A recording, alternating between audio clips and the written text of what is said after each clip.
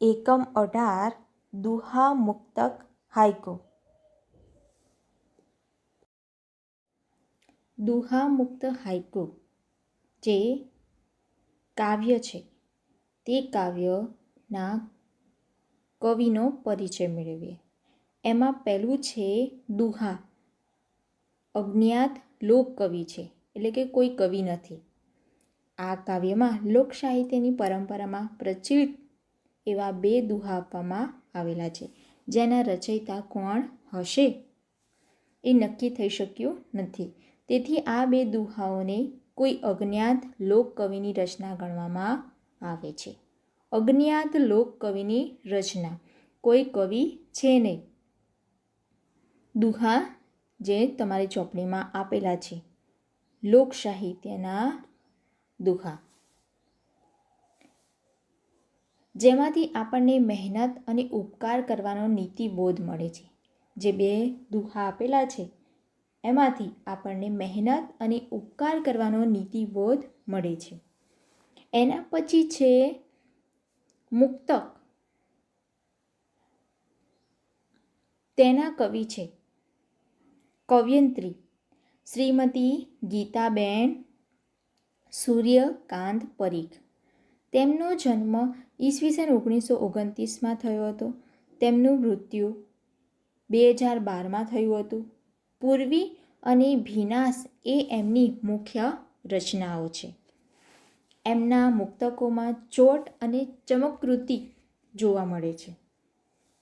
આ કાવ્યમાં આપેલું મુક્તક એમના પૂર્વી નામના કાવ્ય સંગ્રહમાંથી લેવામાં આવ્યું છે.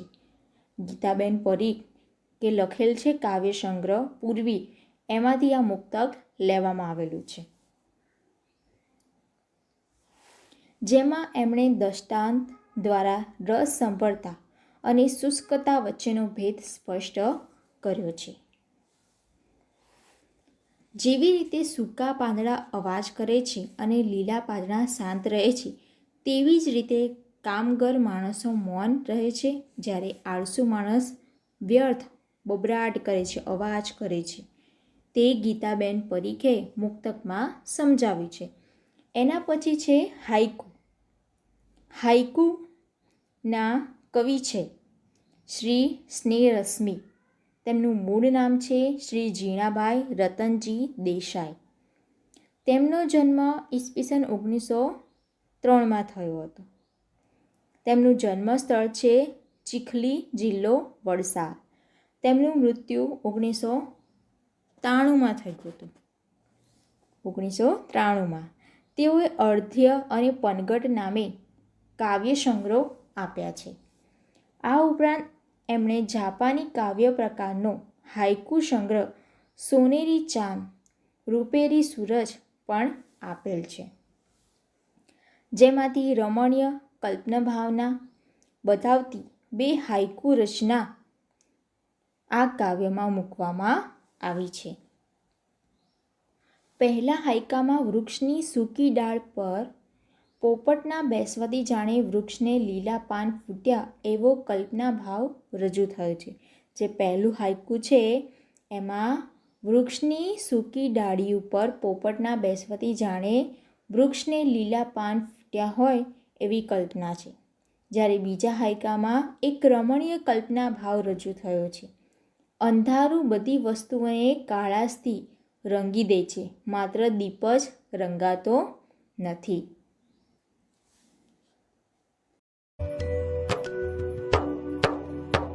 વિપત પડે ના વલખીએ, વલખે વિપત ન જાય. વિપતે ઉદ્યમ કીજીએ, ઉદ્યમ વિપત ને ખાય. ગુણની ઉપર ગુણ કરે એ તો વેવારાવટ. અવગુણ ઉપર ગુણ કરે ખરી ખત્રિયાવટ, ખરી ખત્રિયાવટ.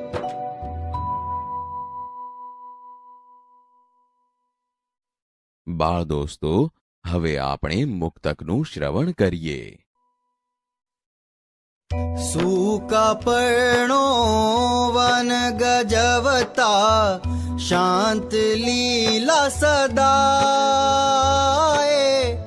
શાંત લીલા સદાય. બાળ દોસ્તો, હવે આપણે હાઈકુનું શ્રવણ કરીએ. સુકેલી ડાળે પોપટ બેઠો, પાન ચોગમ લીલા, ફરતી પીછી અંધકારની, દીપ નહીં રંગા. કાવ્યની સમજૂતી મેળવીએ. એમાં પહેલી પંક્તિ છે દુહા. વિપત પડે ન વલખીએ, વલખી વિપત ન જાય. વિપતે ઉદ્ધમ કીજીએ, ઉદ્ધમ વિપતને ખાય. વિપત એટલે દુઃખ, આપત્તિ, મુશ્કેલી. વલખવું કે વલખે દુઃખી થઈ જવું, મૂંઝાવું. ઉદ્ધમ એટલે મહેનત. તો કવિ આપણને શું કહે છે કે મુશ્કેલી આવે ત્યારે દુઃખી ન થશો, મુશ્કેલી આવે ત્યારે દુઃખી ન થશો, અને દુઃખી થવાથી મુશ્કેલી દૂર થશે નહીં. મુશ્કેલી આવે તો દુઃખી ના થાવ, પણ જો દુઃખી તમે થયા તો એ મુશ્કેલી દૂર થવાની નથી. મુશ્કેલી આવે ત્યારે ઉદ્ધમ એટલે કે મહેનત કરો, કારણ કે મહેનત જ મુશ્કેલીને દૂર કરે છે. ગુણની ઉપર ગુણ કરે, એ તો વ્યવહારવટ. અવગુણ ઉપર ગુણ કરે, ખરી ખત્રિયાવટ. શું કહે છે? ગુણ એટલે કે ઉપકાર, ઉપર ઉપકાર કરીએ, ઉપકાર ઉપર ઉપકાર કરીએ. એ તો વ્યવહાર ગણાય, એ તો વ્યવહાર ગણાય. ખરી ક્ષત્રિય વટ. તો અવગુણ એટલે કે અપકાર પર, અપકાર કરનાર ઉપર ઉપકાર કરવામાં આવે તેમજ શું કહે છે? ઉપકારની ઉપર ઉપકાર કરે તો વ્યવહાર ધર્મ નિભાવો કહેવાય, પરંતુ અપકાર પર ઉપકાર કરે એમાં સાચી વીરતા કહેવાય. સૂકા પર્ણો વન ગજવતા શાંત લીલા સદાય. સૂકા પર્ણ વન ગજવતા અને શાંત લીલા સદાય. મુક્તકની પંક્તિ છે. તો કવિ આપણને શું કહે છે? કોણ છે? ગીતાબેન પરીખ કવ્યંત્રી આપણને કહે છે કે સૂકા પાંદડા આખા જંગલમાં ઉડાઉડ કરીને અવાજ કરે છે. પાનખર ઋતુ હવે આવશે. તમને બધાને ખ્યાલ છે કે પાનખર ઋતુમાં બધા પાન ખરી જાય છે અને પવન ખૂબ આવે તો એ પાન ઉડે એટલે અવાજ વધારે કરે. સૂકા પાન હોય એ અવાજ વધારે કરે. અને લીલા પાંદડા હંમેશા શાંત રહે. લીલા પાંદડા હંમેશા શાંત રહે છે.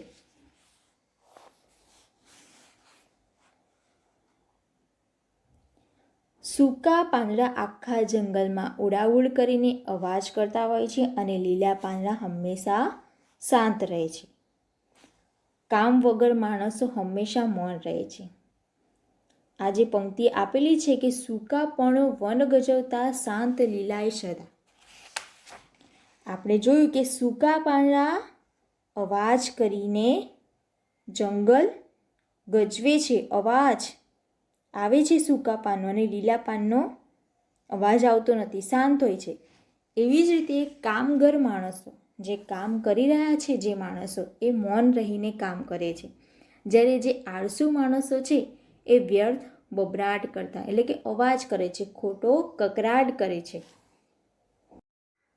હાઈકુ. સૂકેલી ડાળે પોપટ બેઠો, પાન ચોગમ લીલા. વૃક્ષની સૂકી ડાળ ઉપર પોપટ બેઠો છે. વૃક્ષની સૂકી ડાળ ઉપર પોપટ બેઠો છે. પોપટના બેસવાથી જાણે આખું ઝાડ લીલું દેખાય છે. પોપટના બેસવાથી આખું ઝાડ લીલું દેખાય છે. ફરતી પીંછી અંધકારની દીપ નહીં રંગાય. અંધકારની પીંછી બધે ફેલાય છે. અંધકાર બધી જગ્યાએ ફેલાય છે. તે બધે કાળાશ પાથરી દે છે. અંધકાર બધી જગ્યાએ ફેલાય છે અને કાળાશ પોતાની પાથરી દે છે. પરંતુ માત્ર દીપ એટલે કે દીવાને પોતાની કાળાશથી રંગી શકાતી નથી. પરંતુ એક દીવો છે જે કાળાશને રંગી શકતી નથી.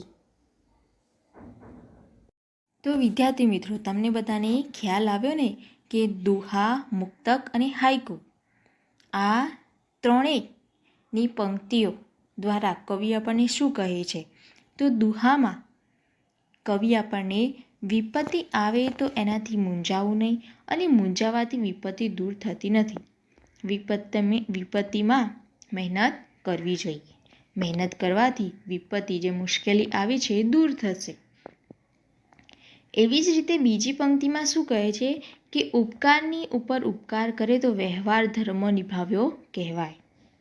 ઉપકારની ઉપર ઉપકાર કરે તો વ્યવહાર ધર્મ કહેવાય, પરંતુ અઉપકાર ઉપર ઉપકાર કરે એમાં સાચી વીરતા કહેવાય. એના પછી છે મુક્તક. એમાં શું કહે છે કે સૂકા પાંદડા ખડખડાટ અવાજ કરે છે અને લીલા પાન હંમેશા શાંત રહે છે. એના પછી છે હાઈકુ. હાઈકુમાં કવિ આપણને કહે છે કે વૃક્ષની સૂકી ડાળી ઉપર પોપટ આવીને બેઠો છે. તરત જ વૃક્ષની ચારે બાજુ જાણે લીલા પાન ફૂટ્યા હોય એવું લાગી રહ્યું છે. એના પછી જે બીજી પંક્તિ છે એમાં અંધકારની પીછી જે વસ્તુ ઉપર ફરી વળી છે તે વસ્તુએ પોતાના કાળા રંગે રંગી દે છે, પરંતુ દીપક એના રંગે કદી રંગાતો નથી. એટલે કે લીલા અને સૂકા પાનના દસ્તાનથી કવયંત્રી આપણને કહે છે કે જેમ સૂકા પાનના ખરખર અવાજથી આખું વન ગાજી ઉઠે છે, પણ લીલા પાન શાંત હોય છે. એમાં અધૂરપવાળી વ્યક્તિ બહારથી સારો દેખાવાનો પ્રયત્ન કરતી હોય છે, પણ હકીકતમાં તો એ પોતાની અધૂરપ ઢાંકવા માટે પ્રયત્ન કરે છે. એટલે પોતાના ગુણો, દુર્ગુણો હોય એ ઢાંકવાનો પ્રયત્ન કરે છે. જ્યારે બહારથી શાંત દેખાતા માણસો ગુણવાન હોય છે.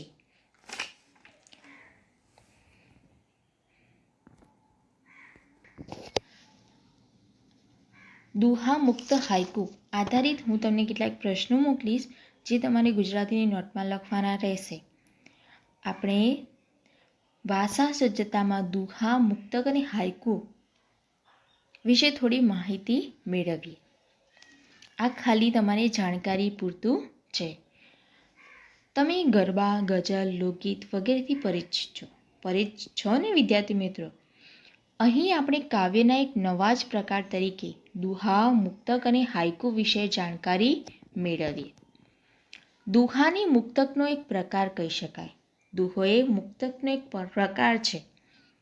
ખાસ કરીને સૌરાષ્ટ્રના લોક સાહિત્યમાં જોમદાર મામિક દુહાઓ લોકો દ્વારા રચાયેલા જોવા મળે છે.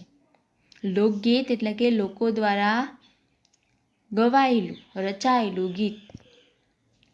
દુહાના કુલ 4 ચરણ હોય છે. એનું સ્વરૂપ ગે હોય છે. નાજુક ભાવ, ચિત્ર, વિચાર, બોધ દુહામાં એવી રીતે રજૂ થાય છે કે તેની અસર ચોટદાર હોય છે. દુહાની રચનામાં લાઘવ, રસ, પ્રચુરતા, ચિત્રશક્તિ અને જોમ વગેરે રહેલા હોય છે. દુહાની જે પંક્તિ હોય છે એના કુલ 4 ચરણ હોય છે. એમાં પંક્તિના ભાવ દ્વારા આપણને કંઈક સમજાવે છે. જેમ કે આપણે પહેલાં દુહાની પંક્તિ જોઈ, વિપત પડે ન વલખીએ, જોઈ ને વિદ્યાર્થી મિત્રો? વિપત પડે ન વલખીએ, વલખે વિપત ન જાય, વિપતે ઉદ્ધમ કીજીએ, ઉદ્ધમ વિપત ને ખાય. દુહાને પ્રેમ શૌર્યના વિષય વધુ અનુકૂળ હોય છે. દુહાને પ્રેમ અને શૌર્યના વિષય વધુ અનુકૂળ હોય છે. લોક સાહિત્યમાં મુખ્યત્વે એવા દુહા વધુ પ્રચલિત થયા છે. રામનારાયણ પાઠક, પૂજાલાલ, ઉષ્ણસ જેવા આધુનિક કવિઓએ પણ જીવનના મમને પ્રગટ કરતા દુહા લખ્યા છે. ગુણની ઉપર ગુણ કરે એ તો વ્યવહાર વટ, અવગુણ ઉપર ગુણ કરે એ ખરી ખત્રિયાવટ.